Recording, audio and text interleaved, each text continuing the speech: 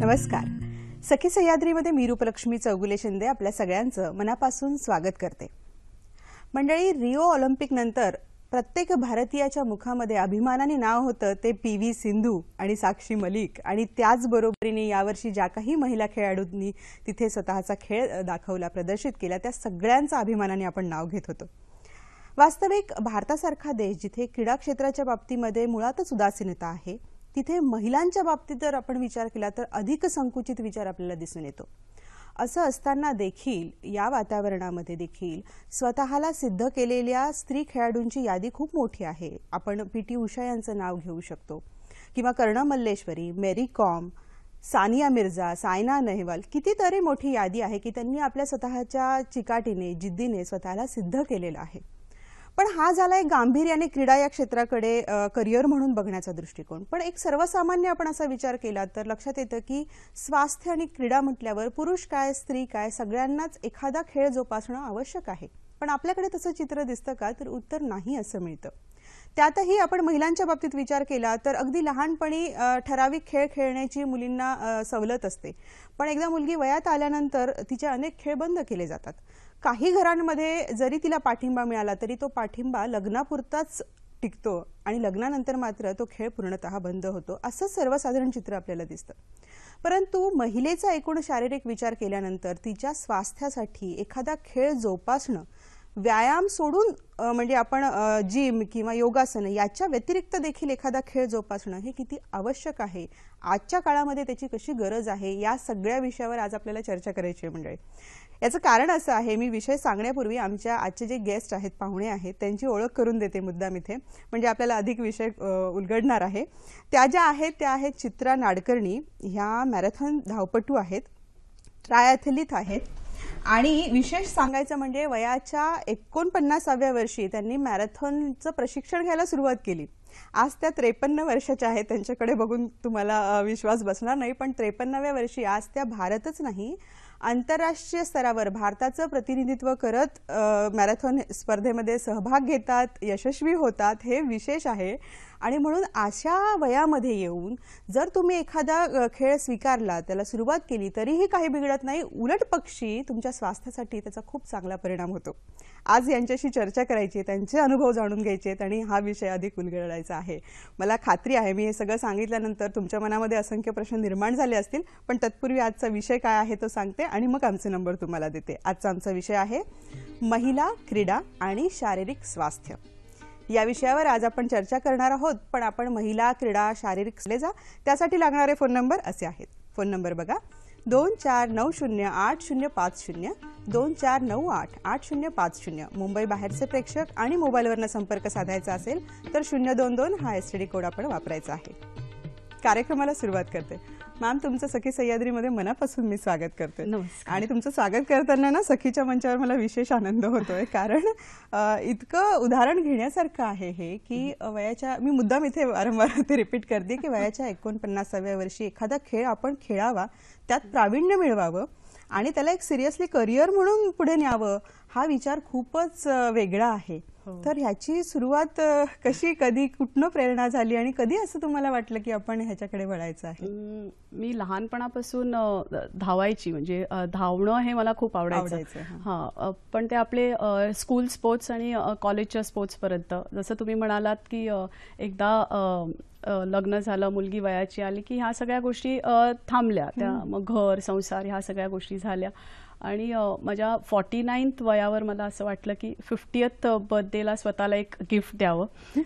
Mumbai marathon खूपदा दिसायचे मला लोक. मला आठवते मी पहिली जेव्हा मॅरेथॉन झाली तेव्हा रस्त्यावर जाऊन बघितलेलं आणि लोक एवढं धावतात, म्हणजे लोक धावू शकतात 42 किलोमीटर असं मला नेहमी वाटायचं.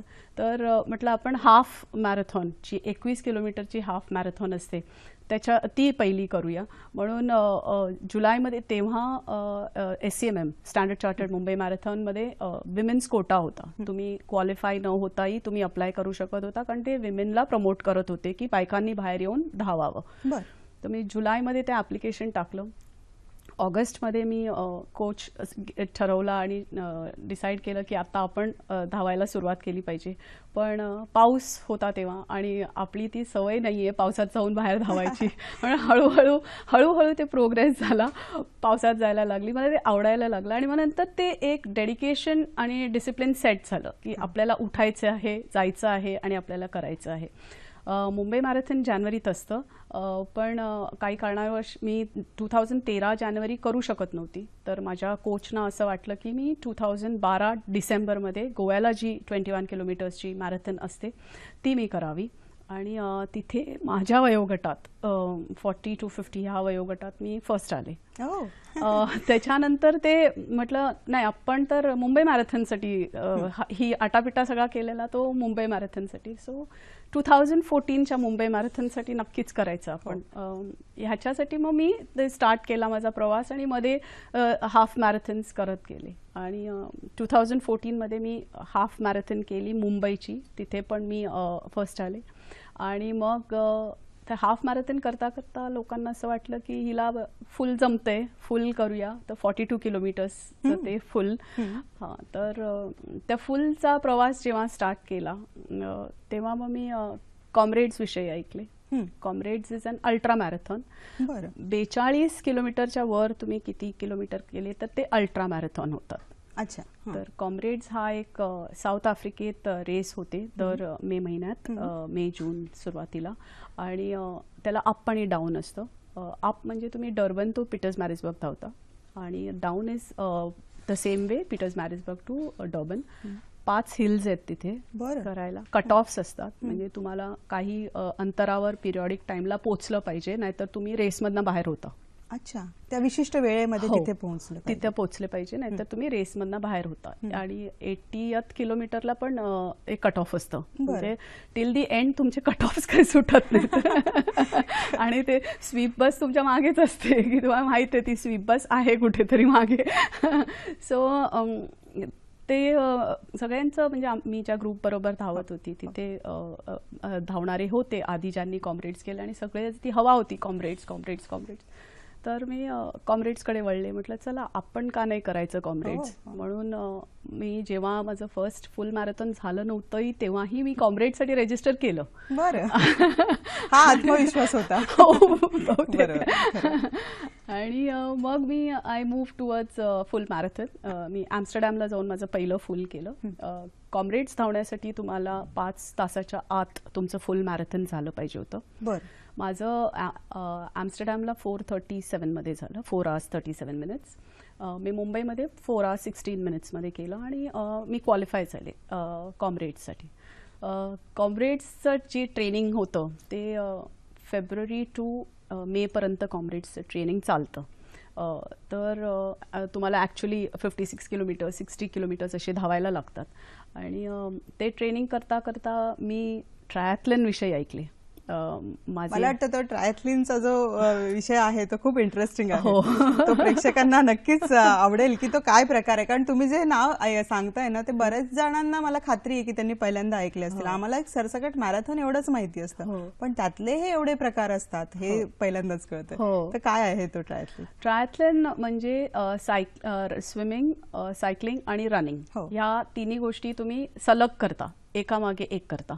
आणि स्विमिंग, सायकलिंग आणि रनिंग ह्या एकामागे एक करता. हो, बरं. आणि त्याच्यात पण टाइम लिमिट असतं आणि त्याच्यात पण कट ऑफ्स असतात. तुम्हाला प्रत्येक ह्याला, म्हणजे तुमचं स्विम एवढ्या वेळात झालं पाहिजे, तुमचं सायकलिंग एवढ्या वेळात झालं पाहिजे, असं असतं. आणि त्याच्यात वेगळे प्रकार आहेत. ऑलिम्पिक ट्रायथलन म्हणजे तुम्ही 1.5 किलोमीटर स्विम करता, 40 किलोमीटर सायकल आणि 10 किलोमीटर्स रन. हाफ आयर्नमॅन म्हणजे तुम्ही 1.9 किलोमीटर स्विम करता, 90 किलोमीटर सायकल करता आणि 21 किलोमीटर रन करता. आणि फुल मला वाटतं हा प्रकार खूप कमी जणांनी ऐकला असेल. कारण धावणं हा प्रकार कळू शकतो, पण आधी स्विमिंग करायचं, मग सायकलिंग करायचं आणि मग धावायचं, ह्याच्यासाठी लागणारा जो स्टॅमिना आहे तो खरंच खूप जबरदस्त हवा मॅम.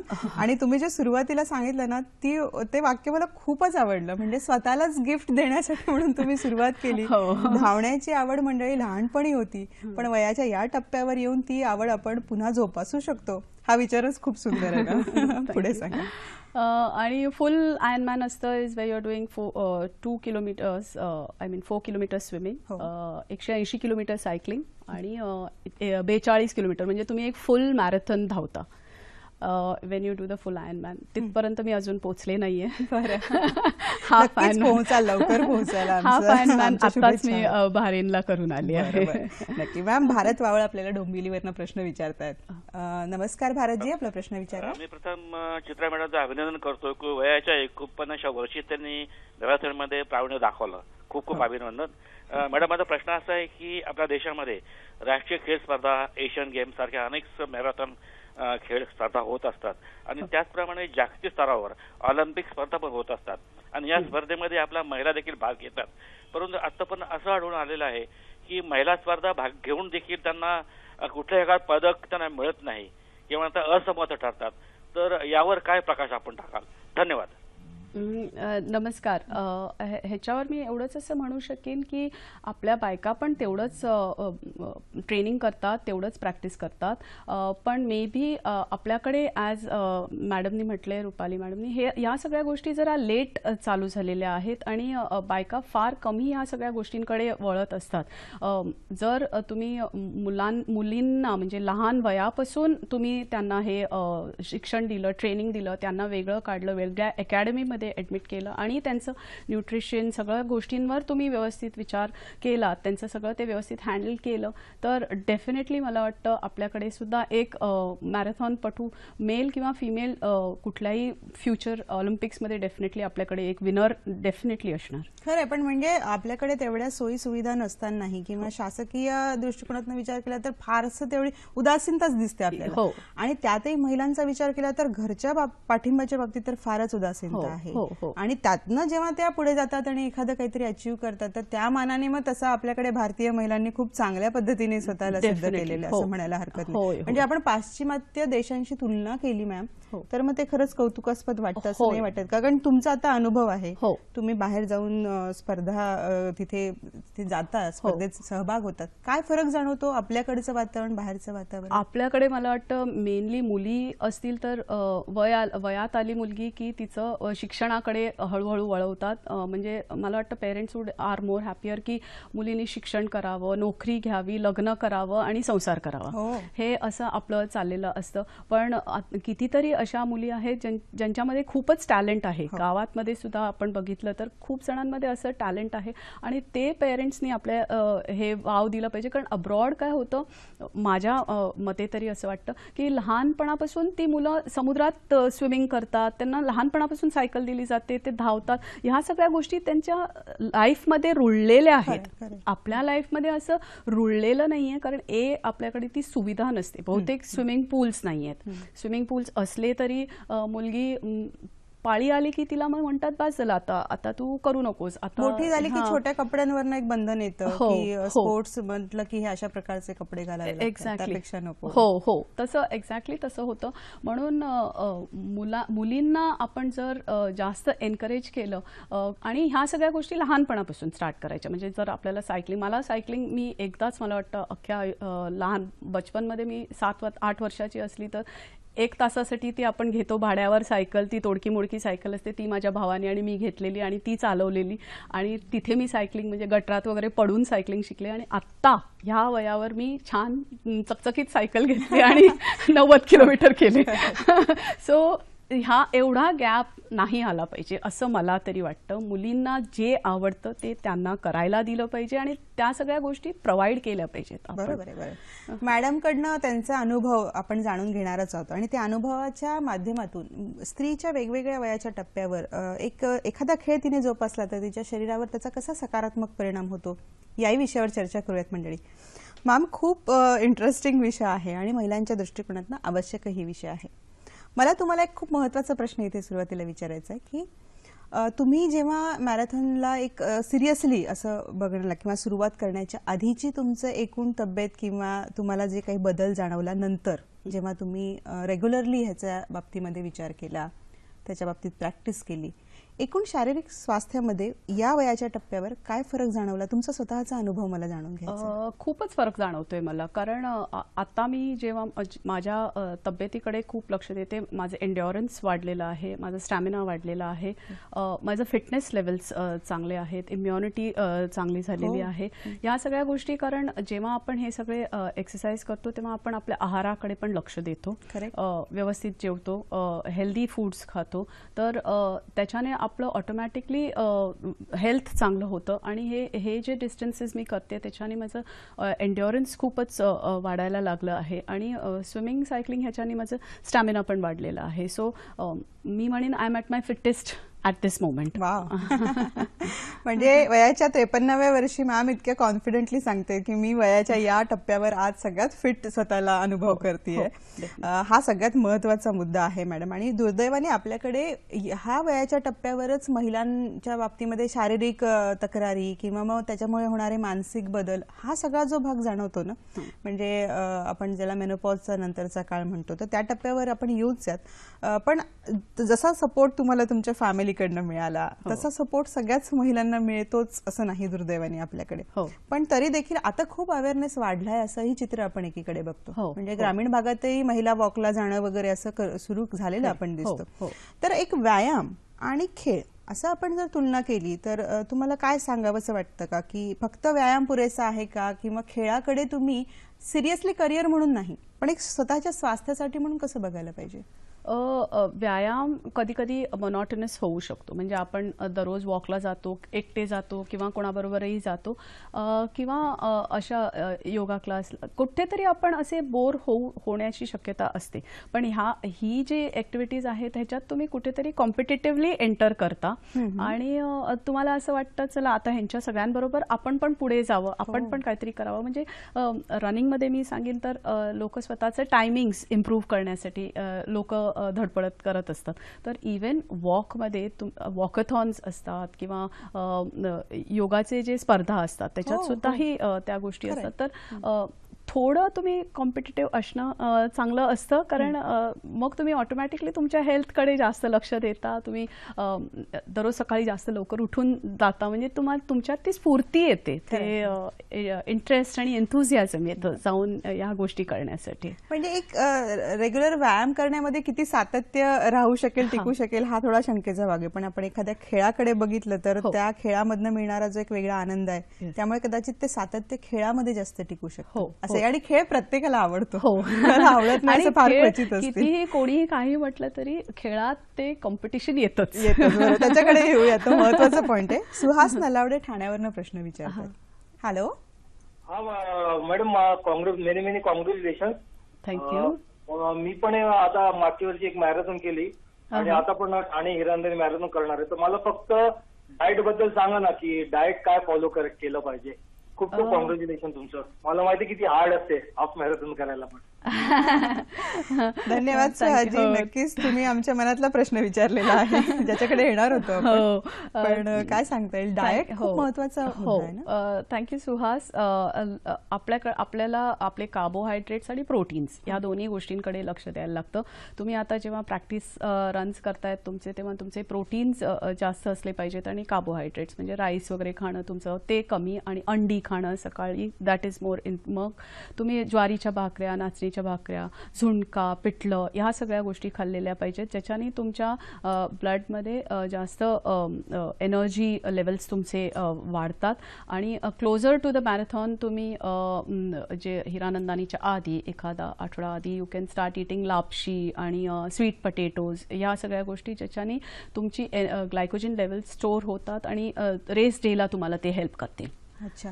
पण मॅम एकूण इन जनरल डायटिशियन जे सांगतात ना, की दर 2-2.5 तासांनी काहीतरी तुम्ही खायला हवं वगैरे, तर तसं तुम्ही करता, फॉलो करता, ते योग्य आहे ती पद्धत? हो, दर 2 तासांनी खायला खाते मी एका न्यूट्रिशनिस्टला फॉलो केलेलं आणि त्यांनी पण तेच सांगितलेलं. कारण पण असं नाही की तुम्ही खूप मोठा आहार खाताय दर ते त्यांचं तुम्हाला नट्स खायला लागतात, तुम्हाला तुमचे ग्रीन लिफी व्हेजिटेबल सॅलड खायला लागतं. मग सकाळी ॲज आय सेड तुम्हाला तुमची अंडी, मोर ऑफ एग व्हाईट्स आणि येलोज कमी, तसं तुम्हाला खायला लागतं. ते मला तुमचं energy levels through out the day same ठेवण्यासाठी आणि तुम्हाला एनर्जाइज ठेवण्यासाठी ते 2-2 तासांनी तुम्हाला तो आहार करायला लागतो. ओके. त्याच्यामुळे आपण किती वेळा आणि काय खातोय हा भाग खूप महत्वाचा आहे. हो. त्याच्यामुळे एक चार्ट आउट, असं एक चार्ट करून ठेवला तर तो जास्त हेल्पफुल पण ठरू शकतो बऱ्याचदा, असं म्हणता येऊ शकतं. आहार महत्वाचा भाग आहेच मॅम, पण तुम्ही मगाशी माझ्याशी बोलता बोलता बोललात की ह्या ज्या मॅरेथॉनच्या प्रॅक्टिस व्यतिरिक्त तुम्ही स्वतःला फिट ठेवण्यासाठी अजून व्यायाम पण त्याच्या जोडीला करता. तर तो एक सर्वसामान्य म्हणून आमच्यासाठी फार उत्सुकतेचा भाग आहे की ऑलरेडी तुमचा याच्यामधनं एवढा व्यायाम किंवा एक्सरसाइज होत असताना पुन्हा वेगळा व्यायाम करण्याची गरज पडते. त्याचं कारण काय? हो, ते तुमचं स्ट्रेंथनिंग करण्यासाठी तुमचं कोर जे आहे, तुमचे ग्लूट्स जे आहेत, या सगळ्या गोष्टी तुम्ही धावण्यात वापरतात. ते लागतं तुम्हाला धावण्यात, तुमचे कोर आणि ग्लूट्स. त्याच्यासाठी स्ट्रेंथनिंग करण्यासाठी जिम पण करणं तेवढंच उपयोगी आहे जेवढं तुम्ही, कारण हे सायकलिंग, स्विमिंग आणि रनिंग हे तुमचे एरोबिक एक्सरसाइजेस असे झाले किंवा कार्डिओ एक्सरसाइजेस होतात. So for that to compensate on your strength, तुमचं स्ट्रेंथ बिल्ड करण्यासाठी, तुमचं कोर स्ट्रॉंग करण्यासाठी तुम्हाला जिम पण करावं लागतं. म्हणजे प्रत्येक खेळाडू जो कुठलाही खेळ खेळत असेल त्याला त्याच्या सपोर्टिव्ह असं व्यायाम करणं गरजेचंच आहे. तो खेळ फक्त व्यायाम नाही असं म्हणता येऊ शकतं. सुरेखा दरावडे पुण्यावरनं बोलतायत. Hello hello hello Surekha. हा मॅडम, पहिलं म्हणजे चित्रा मॅडमचं अभिनंदन. नमस्कार, थँक्यू. हा, मला असं विचारायचंय की घरगुती ज्या गृहिणी येतं या बाहेर मैदानी खेळ काय खेळू शकतील जेणेकरून व्यायाम होईल चांगला? बरं बरं बरं, नक्कीच सुरेखा. खूप मनातला, प्रत्येक स्त्रीच्या मनातला प्रश्न विचारलेला आहे जो मी आता तुम्हाला विचारणारच होते की असा जो एक सपोर्ट म्हणता येईल किंवा आजूबाजूचं वातावरण, ह्या सगळ्याचा विचार स्त्री करते आपल्याकडे, भारतीय स्त्रीला करावाच लागतो. हा सगळा विचार करून मैदानी खेळ त्यातल्या त्यात ती काय काय खेळू शकते असं आपल्याला वाटतं? आता गावीकडे मोठे उंच बिल्डिंग वगैरे नसतात, तर आपण म्हणू शकत नाही की तुम्ही जिने जरी चढलात वर खाली, आता जिन्यांची पण स्पर्धा असते, तर जिने जरी तुम्ही वर खाली चढलात तरी दॅट इज हेल्पफुल. पण तुम्हाला वॉकिंग सुरुवात करा. पहिले तुम्ही वॉकला सुरुवात करा आणि मग हळूहळू त्या वॉकचं जॉग करा. म्हणजे तुम्ही 1 किलोमीटर किंवा 100 मीटर धावलात, 100 मीटर चाललात, मग हळूहळू तुम्ही 1 किलोमीटर धावलात, 1 किलोमीटर चाललात. हे तुमच्यासाठी जास्त चांगलं होईल, कारण गावात तशी जागा पण असते. मुंबईत आपल्याला मैदानात जावं लागतं किंवा कुठेतरी जॉगर्स पार्क वगैरे असं कुठेतरी जाऊन तुम्हाला तुमचं रनिंग बीचवर वगैरे असं करायला लागतं. गावात बराच तसा स्कोप असतो की तुम्ही तुमच्या घरच्याच आवारात कुठेतरी थोडं पहिले चालण्यावरून आणि मग हळूहळू धावण्यावर तुम्ही जाऊ शकता. मला वाटतं ग्रामीण भागात सायकलिंग पण करू शकतात मुली. शाळेत जातात मुली सायकल घेऊन, तर तुम्ही ते अजूनही कंटिन्यू करू शकता. म्हणजे शाळा संपली की सायकल संपला असं नको. शाळा असूनही सायकलिंग तुम्ही पुढे ॲज अ स्पोर्ट, तुमच्या हेल्थसाठी ॲज अ स्पोर्ट तुम्ही कंटिन्यू करू शकता. मगाशी तुम्ही माझ्याशी बोलताना खूप छान मुद्दा बोलला होता की जरी असा एखादा गंभीर खेळ किंवा टेक्निकली ते सगळं शिकलं नाही तरी एखादा ग्रुप करून तुम्ही त्याच्यातनं एखादा खेळ निर्माण करणं, म्हणजे वॉक जरी असेल तरी ग्रुप करून त्यातनं एखादी कॉम्पिटिशन केली तर त्याच्यामधनं वेगळा एक मानसिक, तुम्हाला जो म्हणतो ते स्वास्थ्य टिकण्याकडे भर होतो. तर त्या मानसिक स्वास्थ्याकडे यायचंय मला मॅम. शारीरिक तर आहेतच फायदे, पण आपण मानसिक लेवलवर विचार केला तर स्त्रीसाठी विशेषत्वाने खेळ किती सपोर्टिव्ह राहू शकतो असं वाटतं आपल्याला? मी स्वतःविषयी म्हणेन की माझ्यासाठी ते मी टाइम असतं. मी जेव्हा धावायला जाते किंवा सायकलिंग करायला जाते तेव्हा मला खूप बरं वाटतं, कारण मी माझे मनातले जे काही प्रॉब्लेम्स असतील ते मी सोडवत असते आणि माझ्यासाठी बरेचसे उत्तरं तेव्हा येतात. माझा पूर्ण घरातलं तो दिवस कसा असणार हा मी आखून ठेवते, ते सगळं होतं. So most of the times एक पीस, एक हॅपीनेस येतं आपल्या मनात. माझा दिवस छान जातो. इफ आय डोंट गो, मी धावायला गेली नाही किंवा मी माझा एक्सरसाइज नाही केलं तर माझ्या घरच्यांना लगेच कळतं, कारण मी खूप चिडचिडी होते, त्यांना त्रास देते. तर तुम्ही जर हे रेग्युलरली केलं तर तुम्हाला डेफिनेटली रिअलाइज होतं की तो वेळ जो तुमचा आहे, तो मी टाइम जो आहे तो तुम्हाला तो एवढा आवडतो की तुम्ही ते कळणार. You will continue with your running swimming, कारण तो तुमच्यासाठी असतो तो वेळ, आणि तुमच्या मनाला ते खूप बरं वाटतं. You feel a sense of happiness, self esteem तुमचा वाटतो, कॉन्फिडन्स वाटतो. You are very very happy with your self. खरंय. एक खेळाडू वृत्ती वाढण्याच्या दृष्टिकोनातनं आणि मानसिक लेवलवर आपल्या अनेक गोष्टी त्याच्यामधनं साध्य होऊ शकतात, सकारात्मक गोष्टी आपण साध्य करू शकतो, असा संदेश मॅडम आपल्याला देत आहेत. जे प्रेक्षक आता आमच्याशी जोडले गेले त्यांच्यासाठी पुन्हा एकदा सांगते, वयाच्या 49व्या वर्षी मॅमनी मॅरेथॉन खेळायला सुरुवात केली आणि आज त्या 53व्या वर्षी आंतरराष्ट्रीय पातळीवर जाऊन मॅरेथॉन खेळतात, यशस्वी होतात. हे विशेष त्यांच्याविषयी सांगते इथे. आपल्याला वसंत पंजाबी मुंबईवरनं प्रश्न विचारतात. Hello. High. High. Hi, Chitra. I'm Vasant speaking. Yeah. I was going to ask you how yoga helps in this marathon. Yoga definitely help करते, कारण आपण मेडिटेशन करतो, प्राणायाम करतो, त्याची खूप गरज असते मन शांत ठेवायला.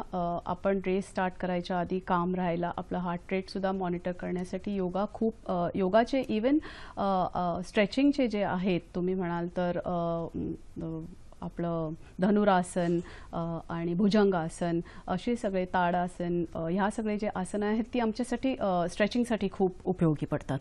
तर योगाचं डेफिनेटली खूप इम्पॉर्टन्स आहे आपण ह्या रनिंगमध्ये आणि ह्या सगळ्या एक्सरसाइजेसमध्ये. Yoga is very good form of relaxation. जे स्ट्रेचिंगचे जे सगळे आसनं आहेत, गोमुख आसन, हे सगळे आसनं आम्ही करतो जेव्हा आम्ही स्ट्रेचिंग करतो. बरोबर आहे. म्हणजे खेळ आणि व्यायाम, त्यात ते योगासनं वगैरे असे प्रकार एकमेकांना खूप पूरक आहेत. हो. आणि जो एक खेळाडू असतो त्याने विशेष अजून ह्याच्यावर भर देण्याची गरज आहे असं तुम्ही इथे सांगा. हो हो, डेफिनेटली. कारण आपल्याला आपलं मन शांत ठेवण्यासाठी आणि आपलं ब्रीदिंग साठी प्राणायाम जो असतो तो आपल्याला करायलाच लागतो, आणि मेडिटेशन हे डेफिनेटली हेल्प करतं की आपण जास्त शांत होतो. बरोबर आहे, अगदी खरं आहे. मॅम, ह्याच्या व्यतिरिक्त मला वाटतं स्त्री म्हटलं की सौंदर्य, आणि ते सौंदर्य टिकवावं अशी तिची मनातली प्रत्येक स्त्रीची सुप्त इच्छा असते. व्यायामाबरोबरच एखादा खेळ जर तिने अंगीकारला तर त्याच्यासाठी पण तिला सहकार्य होतं का? कारण तुमच्याकडे बघून मला ते पटतंय, त्याबद्दल काय सांगता येऊ शकतं? नाही, आय डोंट नो, पण हो, म्हणजे कधी कधी मला असं वाटतं आजकाल, म्हणजे आय ऑलवेज, मी नेहमीच एक गृहिणी असे होती, तर व्यवस्थित छान प्रकारे शृंगार करून असं म्हणतात तसं मी जायची बाहेर, आणि आता सडनली मी शॉर्ट्स आणि टी शर्ट्स आणि जीन्स आणि ट्रॅक पॅन्ट्स घालून फिरत असते. असं नेहमी एंड ऑफ द रेस असं नाही वाटतं, नाही आपण आता मुलीसारखं दिसावं. खरं. आणि हा वयाचा जो टप्पा आहे तो खूप छान टप्पा आहे, जिथे तुम्ही सगळ्या जबाबदारीतनं मुक्त झालात, आणि त्यावेळी स्वतःचा छंद म्हणून का होईना एखादा खेळ खेळत राहिला तर तो सगळ्याच दृष्टिकोनातनं फायद्याचा ठरणार आहे, नाही का? शैला पोतनीस आपल्याला प्रश्न विचारतात. हॅलो. हॅलो. हा, मी शैला पोतनीस बोलते, बांद्रा, मुंबईवरून. नमस्कार. नमस्कार शैला. नमस्कार. माझा प्रश्न चित्रा नाडकर्णीसाठी असा आहे. पहिल्यांदी तर त्यांना माझा कॉंग्रॅच्युलेशन्स. त्यांनी जे काय मॅरेथॉन, अल्ट्रा मॅरेथॉन आणि ट्रायथलन केल्याबद्दल हार्दिक शुभेच्छा. आणि फारच कौतुकास्पद आहे की ते ह्या वयात हे करतायत. आम्हाला फारच इन्स्पायर होतंय. माझा प्रश्न असा होता की ह्या वयात जेव्हा आपण स्पोर्ट करतो तर ते काही विशेष काळजी घेतात का, किंवा काही एक्स्ट्रा एफर्ट घेतात का की जे यंग लोकांना नाही घ्यायला लागत पण ह्या वयात घ्यायला लागतील? हा माझा प्रश्न आहे. नक्कीच, खूप चांगला प्रश्न आहे. काय सांगता येईल मॅम? हो, म्हणजे आय वुड से मला रिकव्हरीला जास्त वेळ लागतो, पण कम्पेअर टू यंग. हो, यंगस्टर्स रिकव्हरी जास्त फास्ट होते. तर पण मी आय वुडंट से की मी जास्त एफर्ट घालते. मे बी मी जास्त एफर्ट घालते त्यांच्यापेक्षा एक रेसमध्ये किंवा कशातही मला घालावा लागतो जास्त एफर्ट. त्यांच्यासाठी ते सोपं असतं, यंगर जनरेशनसाठी मला वाटतं ते सोपं असतं. मला जास्त एफर्ट घालावा लागतो या सगळ्या गोष्टींमध्ये. नाही, पण एखादा मसल स्ट्रेन वगैरे झाला, असे काही जर इन्सिडेंट्स झाले तर कम्पेअर टू यंगस्टर्स, म्हणजे तुमच्यासोबत आता अगदी यंग मुलं सुद्धा पळत असतात, धावत असतात, तर त्यांना एखादी इंजुरी झाली आणि तुम्हाला झाली तर त्यांची पटकन रिकव्हर होते, तुम्हाला वेळ लागतो, असं काही आहे? म्हणजे वयाचा इथे भाग येतो का मध्ये? येत असावा. मी ऍक्च्युली ते म्हणू शकत नाही, कारण होत असेल, कारण मला तरी वाटतं younger generation recovers faster than माझ्यापेक्षा. निसर्ग आहे शेवटी. हो हो, बरोबर आहे. पण मॅम, आता यालाच धरून हा विषय निघालाच आहे, तर तुमच्यासोबत जेव्हा तुमच्यापेक्षा वयाने जास्त मोठी जी आहेत मंडळी ती पण धावतायत, तुमच्यापेक्षा लहान वयाने असणारी मंडळी पण धावतायत, त्यावेळेसचं फिलिंग कसं असतं आणि एखादा अनुभव जर शेअर करता आला तर तोही बरं वाटलं. ऑसम. म्हणजे खूप खूप बरं वाटतं की मी अजूनही फिट आहे, की मी यंगर जनरेशन आणि ओल्डर जनरेशन बरोबर. आपण जेव्हा रेस धावतो तेव्हा ते जनरेशन गॅपच नसतो. राईट. मला कधीच असं जाणवलं नाही. माझ्याबरोबर जे धावतात ते सगळे माझ्यापेक्षा लहान आहेत. मला असं कधीच जनरेशन गॅप जाणवलेला नाहीये. मला खूप खूप मजा वाटते त्यांच्याबरोबर धावायला, त्यांच्याबरोबर करायला. आणि आमचे जे सिनियर्स असतील, सिनियर्स इन द सेन्स ज्यांनी जास्त अनुभव घेतलेला आहे, ज्यांनी जास्त मॅरेथॉन्स धावलेले आहेत, ते आम्हाला खूप छान सांभाळून पण घेऊन जातात. तर अनुभव सांगायचा म्हणजे माझ्यासाठी एक अविस्मरणीय अनुभव आहे. आम्ही जेव्हा हे कॉम्रेड्स ठरवलं, आम्ही अँबी व्हॅलीला धावतो. म्हणजे ह्याच्याकडनं स्टार्ट करतो, बुशी डॅमकडनं, right, all the way till Aamby. 2 वाजता पहाटे हा रन चालू होतो. हो. आणि असे आम्ही 3 रन्स करतो. एक 56 किलोमीटर, 60-65 किलोमीटर्सचा एक असतो आणि 52 किलोमीटर्सचा वगैरे, असे 3 रन्स असतात. फेब्रुवारी, मार्च, एप्रिलमध्ये कुठेतरी ते होतात ते रन्स. तेव्हा तर पहिला रन जो माझा होता तो पूर्णपणे पावसात होता. 6 तास आम्ही पूर्ण पावसात ओले चिंब धावत होतो. From the Bhushi dam start केलं. रात्रभर पाऊस होता, पायाखाली फक्त पाचोळा होता, अंधार होता आणि एवढं छान होतं. आणि आमच्या सिनियर्सनी आम्हाला एवढं छान सांभाळून त्या पूर्ण रनमध्ये नेलं. आणि when you are going towards Aamby, फक्त शांतता असते, झाडं असतात आणि आमच्या श्वासाचा आवाज आणि आमच्या बुटांचा आवाज, तेवढंच. आणि बेडकं आणि साप आणि असे दिसतात. खूप छान. म्हणजे काही लाईट नव्हतं, फक्त आमच्याजवळ जे सपोर्ट व्हेकल असते त्याचे लाईट्स, बाकी कशाचंही लाईट नाही. आणि आमचं असं बोलणं आणि धावणं एवढंच मी कधीच विसरणार नाही. That was my best run असं मी म्हणेन. आता तुम्ही जे काही वर्णन सांगताय ना, ते खरं तर हा सकारात्मक दृष्टिकोन तुमच्या क्रीडामुळेच, तुमच्या खेळामुळेच आला असेल असं मला वाटतं. कारण तुम्ही जे वर्णन सांगताय की रात्री 2 वाजता फक्त पाचोळ्या जावाल, तर एखादा दुसरा व्यक्ती घाबरू शकतो. पण तुम्हाला ते सगळं चांगलं वाटतं, याचा अर्थच तुम्ही तेवढ्या डिवोशननी ते करताय हे सिद्ध होतं. मला खूप खेळ म्हटल्यानंतर मॅम, थोडासा आपण आता आपल्या विषयाच्या अनुषंगाने विचार केला की महिला आणि खेळ, तर लहान वयामध्ये म्हणजे मुलगी वयात येईपर्यंतचा जो काळ आहे, त्या काळामध्ये मुलं खेळतात जसं त्यांना जे आवडतं वगैरे, पण एक थोडंसं पर्टिक्युलरली सिरियसली खेळ हा विषय त्या एजमध्ये, मुलगी वयात येईपर्यंतचा जो मी म्हणतेय पर्टिक्युलरली, कारण आता मी हा प्रश्न यासाठी विचारतेय, आता ह्या सगळे मोबाईल्स आणि टेक्नॉलॉजीमध्ये मुलं गुरफटलेले असतात, हातामध्ये मोबाईल घेऊन तासनतास घरी, तो त्यांचा खेळ झालेला आहे दुर्दैवाने. आणि मग अशा वेळी हे कारण आहे का की मुली आजकाल खूप लवकर वयात येत आहेत, मग जर एखादा खेळ तिने खेळला तर ते हे जे लवकर वयात येणं हा भाग आपण टाळू शकतो का? आपलं काय मत आहे यावर? हो, मला वाटतं टू अ सर्टन एक्सटेंट हो. कारण त्या काळी जेव्हा आम्ही खूप खेळ वगैरे खेळायचं, म्हणजे आमच्याकडे असं काहीच नसायचं. संध्याकाळी 5 वाजले की चला खाली पळा आणि तुम्ही जीवाची मुंबई करा, खाली जेवढं तुम्हाला खेळता येईल, पूर्ण दमून थकून आई वडील कुठे दिसले की वर यायचं 5:30, 7:30, 8 वाजता. तसा एक क्रम असायचा आमच्या लाईफचा. ह्यांचा अनफॉर्च्युनेटली तसा नाही आहे. आणि मग नंतर ह्यांचे क्लासेस आणि तुम्ही म्हणालात तसं, आणि प्लस ह्यांचं फूड, ते फूड एवढं रॉंग आहे, जे फास्ट फूड ते खातात आणि ते चिप्स वगैरे ते खातात, ते एवढं रॉंग आहे. तर मला तरी वाटतं घरातली स्त्री जर ती स्वतःच्या फिटनेसकडे बघत असेल, तिने जर स्वतःचं फिटनेस हातात घेतलं आणि ती हेल्दी खायला लागली, तर ऑटोमॅटिकली घरातलं सगळंच वळण हेल्दी होतं. कारण ती हेल्दीच बनवणार ना जेवण, आणि त्यांना ते खावं लागणार. आणि आई ही कायम रोल मॉडेल असते आपल्या मुलांसाठी. तर आईच आपली एवढी ॲक्टिव्ह आहे स्पोर्ट्समध्ये, हे मुलांनी बघितलं, मला वाटतं ते ऑटोमॅटिकली स्पोर्ट्सकडे वळतात. घरातली मंडळी स्पोर्ट्सकडे वळते आणि द लाईफस्टाईल बिकम्स बेटर. ते मैदानी असो किंवा बैठी खेळ असो, कुठल्याही खेळामध्ये तुम्हाला शारीरिक त्याबरोबरच तुमच्या बुद्धीलाही चालना मिळते, हाही भाग त्याच्यामध्ये आहे. आणि त्यामुळे त्या घरातल्या स्त्रीने एखाद्या क्रीडा प्रकाराकडे गांभीर्याने बघणं आवश्यक आहे, असं या कार्यक्रमातून मॅम आपल्याला वारंवार सांगतात. मॅम, लहान जो मोठा पिरियड आहे महिलेच्या आयुष्यातला ते म्हणजे पूर्ण जबाबदारी किंवा लग्न. आपल्याकडे दुर्दैवाने लग्न झालं की कितीही आवड असली तरी ती स्त्री तो एखादा खेळ जोपासू शकत नाही. एखाद दुसऱ्या तर आपल्यासारख्या सुदैवी महिला असतात की ज्यांना घरून सपोर्ट मिळतो किंवा ते त्या करू शकतात पुढे.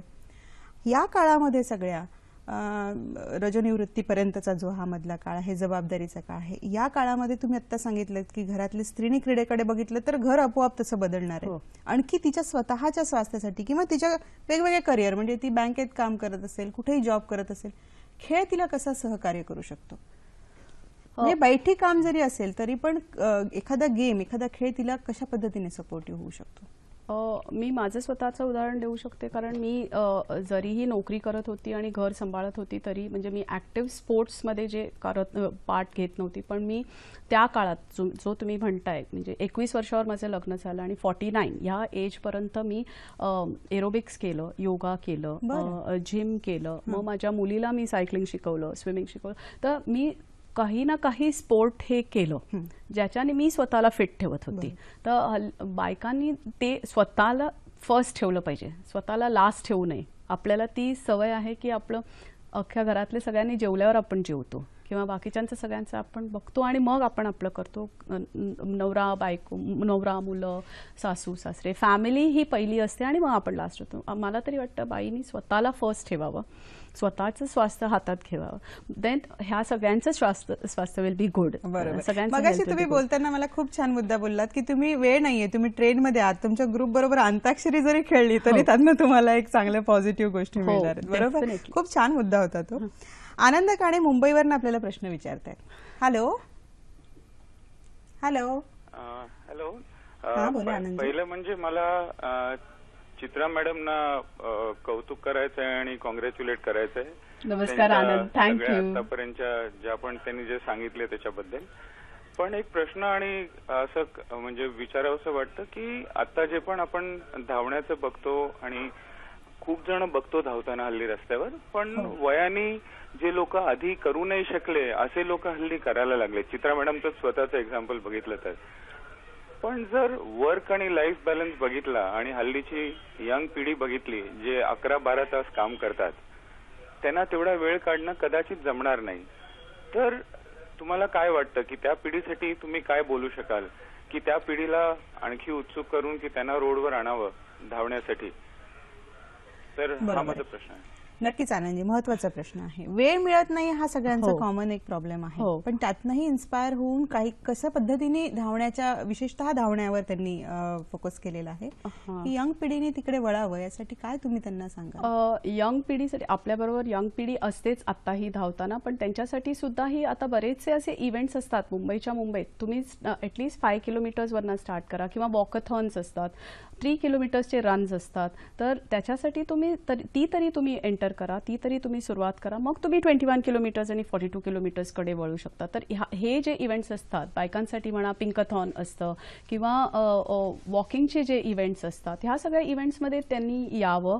आणि ग्रुप्स जे असतात, आपण जेव्हा there are plenty of groups, मी स्वतः फ्रंट रनर्स ग्रुप बरोबर धावते, तर ग्रुपमध्ये जेव्हा ते येतात ते ऑटोमॅटिकली त्यांना ते वेळ काढून येतात, त्यांना ते होतं. कारण आपण तेवढा एक डिसिप्लिन आणि तेवढं एक डेडिकेशन आपल्याला असलंच पाहिजे की आपण येऊ शकतो. कितीही म्हटलं तरी म्हणजे तुमच्या मनात मूळ ते हे असलं पाहिजे की तुम्हाला येऊन स्पोर्ट्स करायचं आहे, तुम्हाला स्वतःला फिट राहायचं आहे. हे जर तुमच्या मनात असेल ना तर कुठलाही वयोगट येईल. कारण 17 वर्षाचा माणूस पण मी रस्त्यावर धावताना बघते आणि 18 वर्षाचा मुलगा पण धावताना बघते. त्या दोघांमध्येही ते एकच गोष्ट असते की he is interested in keeping himself fit. हो खरं. पण एक मुद्दा इथे येतोच दुर्दैवाने की 11 तास आता वर्कलोड आहे, त्याच्यानंतर स्टॅमिना नाही उरत वगैरे, अशा प्रकारचे काही प्रश्न असू शकतात लोकांच्या मनात. अशा वेळी थोडंसं संस्थेच्या लेवलवर किंवा आपण जिथे काम करतोय तिथेच महिन्यातनं एखादी आपण त्या एक इव्हेंट केलं, कारण आजकाल एखाद्या कॉज साठी खूप असे इव्हेंट केले जातात. हो, ते पिंकथॉन त्याच्यासाठीच आहे ना, ते इट्स कॅन्सर आहे पिंकथॉनचे ते करतात. तसे जर इव्हन ऑफिसेसनी जर इव्हेंट्स तसे ठेवले तर त्यांच्यासाठी ते खूपच छान होईल. फिरोजा भट आपल्याला पुण्यावरनं प्रश्न विचारतात. हॅलो हॅलो फिरोजा, बोला. मला विचारायचं होतं त्यांना की स्टॅमिना कसं वाढवायचं? कळीचा मुद्दा, स्टॅमिना कसा वाढवायचा.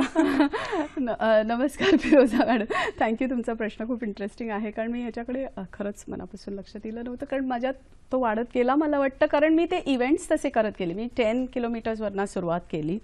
तुम्हाला ॲज मी ह्यांना आधी ऑलरेडी सांगितलेलं, तुम्ही हे रनिंग वगैरे केलं, कुठलंही रनिंग म्हणा, स्विमिंग, सायकलिंग, बॅडमिंटन, कुठलीही गोष्ट तुम्ही करा, त्याच्याबरोबर तुम्हाला जिम हे करायलाच पाहिजे. ते स्ट्रेंथनिंगसाठी आणि तुमचं कोर, त्याच्याने तुमचं हळूहळू स्टॅमिना वाढतो. जेवढी तुम्ही ॲक्टिव्हिटी ती कराल आणि त्याच्यात म्हणजे 3 किलोमीटर्सवरनं, 5 किलोमीटर्सवरनं, 10 किलोमीटर्सवर तुम्ही जे ॲक्टिव्हिटी कराल, सातत्याने कराल, त्याच्याने तुमचा हळूहळू स्टॅमिना वाढणार. बापरे. आणि ज्यांनी आता आपल्याला प्रश्न विचारला ना, त्या भट मॅडम सुद्धा 63 वर्षाच्या आहेत आणि त्या 63व्या वर्षी आपल्याला हा प्रश्न विचारतायत, म्हणजे त्यांची इच्छाशक्ती दांडकी आहे असं म्हणायला हरकत नाही. आपल्याला चित्रलेखा राव हैदराबादवरनं प्रश्न विचारतायत. हॅलो चित्रलेखा. चित्ररेखा बोला. हॅलो. माझा नमस्कार. मला प्रश्न विचारायचा आहे. बोला. की मानसिक स्वास्थ्य आणि शारीरिक स्वास्थ्य दोन्ही एकमेकावरच निगडीत असतं, पण आजूबाजूला काही घटना घडतात, कुणी काहीतरी बोलतं, त्याच्यामुळे मानसिक स्वास्थ्य खराब होतं आणि त्याचा परिणाम शरीरावर होतो. पण मानसिक स्वास्थ्य आपण ध्यानधारणेने नीट करू शकतो, पण ह्या वेळेस योगा कोणता करावा आणि सेकंडली मॅरेथॉन मध्ये भाग घ्यायचा तर काय करावं? बरोबर, दोन्ही महत्वाचे प्रश्न आहेत. मानसिक स्वास्थ्य आणि शारीरिक स्वास्थ्याचा एकमेकांशी संबंध आहे, पण जेव्हा मनाच्या ठिकाणी काही असे प्रॉब्लेम्स निर्माण होतात आजूबाजूच्या वातावरणामुळे, घटनेमुळे, तर त्याचा आपोआप शरीरावर परिणाम होतो. आणि मला वाटतं ना, महिलांच्या जरा जास्त होतो विशेषत्वाने. तर अशा वेळी त्यांना योगामध्ये त्यांनी ध्यानधारणाने फरक पडतो असं म्हटलं. कुठला नेमका प्रकार करावा असा त्यांनी पहिला प्रश्न विचारलेला आहे आपल्याला. आणि त्यांना मॅरेथॉन मध्ये भाग घ्यायचा असेल तर काय, असे 2 प्रश्न आहेत. चित्रलेखा मॅडम राहतात कुठे? हैदराबाद. हैदराबादला त्यांची रेस असते, एअरटेल हैदराबादची मॅरेथॉन रेस असते, ऑगस्टमध्ये असते मला वाटतं ती. आणि तिथे I am sure madam locally सुद्धा बरेचसे रेसेस होत असतील. तुम्ही नवीन सुरुवात करत असाल तर 10 किलोमीटर्सवरनं स्टार्ट करा आणि हळूहळू तुमचा स्टॅमिना आणि इंड्युरन्स बिल्ड झालं की तुम्ही 21 किलोमीटर आणि 42ची पण रेस आहे तिथे, तर 21 आणि 42 किलोमीटर तुम्ही धावू शकता.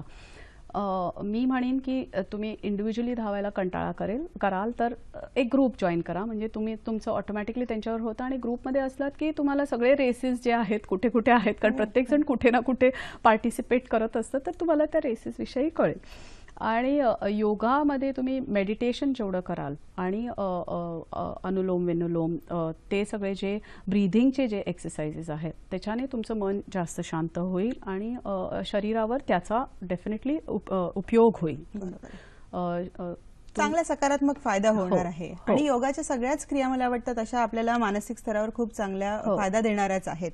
मॅम, आपल्याकडे वेळ खूप कमी आहे, मनात असंख्य प्रश्न आहेत, खूप गप्पा माराव्याशा वाटतात, पण एकूण मॅरेथॉन ही स्पर्धा किती खर्चिक आहे आणि ती सगळ्यांना परवडणारी अशी आहे का, त्याच्यावर. आणि जाता जाता आम्हाला ट्रायथलन विषयी थोडक्यात सांगितलं तर बरं. खर्चिक इन द सेन्स तुम्हाला 500-600 किलोमीटर झाल्यावर नवीन बूट घ्यायला लागतात, कपडे असतात, रजिस्ट्रेशन फीज असतात. तुम्हाला ते रेस सपोजिंग तुम्ही हैदराबादला जर मी एक्झाम्पल देते पार्टिसिपेट करायचे, तर तुमचा ट्रेनचा खर्च, जायचा यायचा खर्च, राहण्याचा खर्च, हे सगळे खर्च डेफिनेटली येतात. तर जो माणूस खरंच मनापासून करतोय आणि जो गरजू आहे त्याच्यासाठी बरेचसे ग्रुप्स त्यांना त्यांचं सपोर्ट देतात, त्यांना कपडे देतात आणि शूज देतात. हो, तर तो खर्च येतो. आणि मेन म्हणजे फॅमिलीने सपोर्ट नाही केलं तर महिलेसाठी तर फारच महत्त्वाचं. हो, फॅमिलीचा सपोर्ट भरपूर पाहिजे असतो, कारण हे तुम्ही घरापासून बाहेर जाताय, 2-3 दिवस तुम्ही ट्रॅव्हल करत असता, आउट ऑफ इंडिया गेला तर आठवडाभर तुम्ही बाहेर जात असता, तर त्याच्यासाठी तुमचा फॅमिलीचा सपोर्ट 100% पाहिजे असतो. ट्रायथलन म्हणजे ॲज सुरुवातीला मी सांगितलं, सायकलिंग, स्विमिंग, रनिंग, ह्या गोष्टी एकत्र तुम्हाला in a particular time slot तुम्हाला करायला लागतं. तर हे फार कमी इंडियामध्ये, म्हणजे आत्ता इंडियामध्ये हे आलेलं आहे आणि लोक पार्टिसिपेट करायला लागलेले आहेत. पण मला तरी माहिती आहे की, मला तरी असं वाटतं की आपल्यामध्ये प्रत्येकजण 1 किंवा 2 त्यातल्या गोष्टी त्याला माहीतच असतं. आयदर त्याला रनिंग माहीत असतं किंवा सायकलिंग स्विमिंग येत असतं किंवा सायकलिंग रनिंग येत असतं. तर हे तिन्ही गोष्ट आपण एकत्र आणून एक इव्हेंट करू शकतो, हे आपल्याला आतापर्यंत माहीत नव्हतं, पण आता हळूहळू हे आपल्याला जाणवायला लागलं आणि it is a very interesting event that happens. आणि हे आपण जास्त करावं. मला तरी वाटतं महिलांमध्ये जास्त ते एन्ड्युरन्स आहे महिलांमध्ये, आणि एस्पेशली ह्या वयावर, आमच्या वयावर जास्त तुम्हाला तो एन्ड्युरन्स आहे to do these sort of events. रजोनिवृत्तीनंतरच्या महिलांचा जो मुद्दा तुम्ही सांगताय वारंवार, तो फार महत्वाचा आहे की आता तुम्हाला तो वेळ आहे, थोडासा तुम्ही प्रयत्न करा, स्टॅमिना पण आपोआप वाढणार आहे. आणि जे काही रजोनिवृत्तीनंतरचे मानसिक स्तरावरचे प्रॉब्लेम्स असतील, या सगळ्यांवर त्याचा एक रामबाण इलाज किंवा उपाय म्हणता येईल. बरोबर मॅम? डेफिनेटली. आणि मला वाटतं मॅमना आज हेच आपल्याला इथे कार्यक्रमात येऊन सांगायचं आहे. मला खात्री आहे मंडळी, तुम्हाला आजचा कार्यक्रम आवडला असेल. आमचे सगळेच विषय दररोजचे वेगवेगळे असतात, ते तुम्हाला आवडतात. तुम्ही ते प्रतिक्रियांच्या माध्यमातून आमच्यापर्यंत पोहोचवत जा. त्यासाठी लागणारा पत्ता मी तुम्हाला सांगते. आमचा पत्ता आहे, फेसबुक आहे www.facebook/sakhisayadri.dd. ईमेल आयडी आहे sakhisayadri@gmail.com. आपल्या प्रतिक्रियांची दररोजच्याच कार्यक्रमाच्या ज्या प्रतिक्रिया आहेत त्यांची आम्ही वाट बघतो. मॅम, खरं तर आज तुम्ही आलात आणि खूप चांगली माहिती दिली, पण जाता जाता अगदी एक दोन वाक्यामध्ये आमच्या प्रेक्षकांना तुम्ही काय सांगाल? कीप रनिंग, फिट राहा, काही ना काय एक्सरसाइज करा, वेळ काढा स्वतःसाठी, स्वतःला फर्स्ट ठेवा, आणि हेल्थ आणि फिटनेस तुम्ही लेडीजनी एस्पेशली सांभाळलं तर आपलं अख्खं घर हेल्दी आणि फिट राहतं. नक्कीच मॅम. इथे खरं तर आजच्या कार्यक्रमाचं वैशिष्ट्य असं सांगता येईल की आम्ही महिलांचा विचार केला, म्हणजे फक्त महिलांच्या बाबतीत नाही, तर ह्या सगळ्या गोष्टी मला वाटतं पुरुषांच्याही बाबतीत सारख्याच लागू होतात. त्यामुळे सगळ्यांनीच खेळाकडे सकारात्मक दृष्टिकोनातून बघावं, ही आजच्या कार्यक्रमातून हा संदेश पोहोचवण्याचा आमचा प्रयत्न होता. कसा वाटला कार्यक्रम अवश्य कळवा. मॅम, आज तुम्ही आलात आणि खूप छान माहिती दिल्याबद्दल सखी सह्याद्रीच्या वतीने मनापासून आपले आभार मानते. धन्यवाद मंडळी. भेटूयात पुढच्या कार्यक्रमात नवीन विषयासह.